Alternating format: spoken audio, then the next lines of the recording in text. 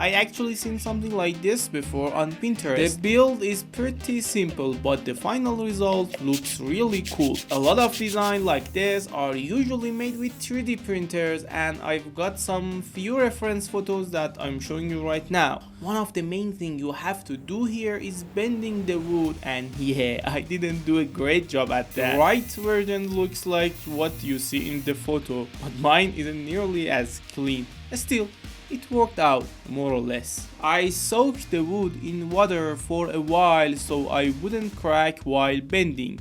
Once the wood dried, I started using wood filler, and from this point on, it's all about patience because there is a lot of filling, sanding, and painting. Honestly, I didn't even film a big part of that process.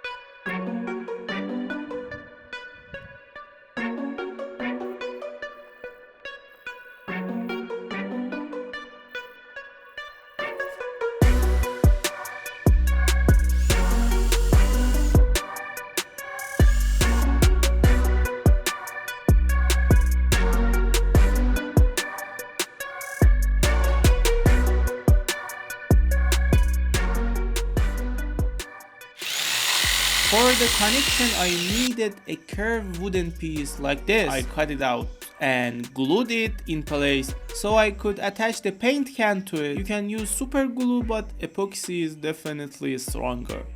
To fix the paint can, I used a mix of super glue and a nail gun. And if any nails come out the other side, you can just cut them off. I also have this rechargeable light that was already broken. I had a magnet attached to it before and was using it like that. Now the whole part is going to fit right inside this paint can.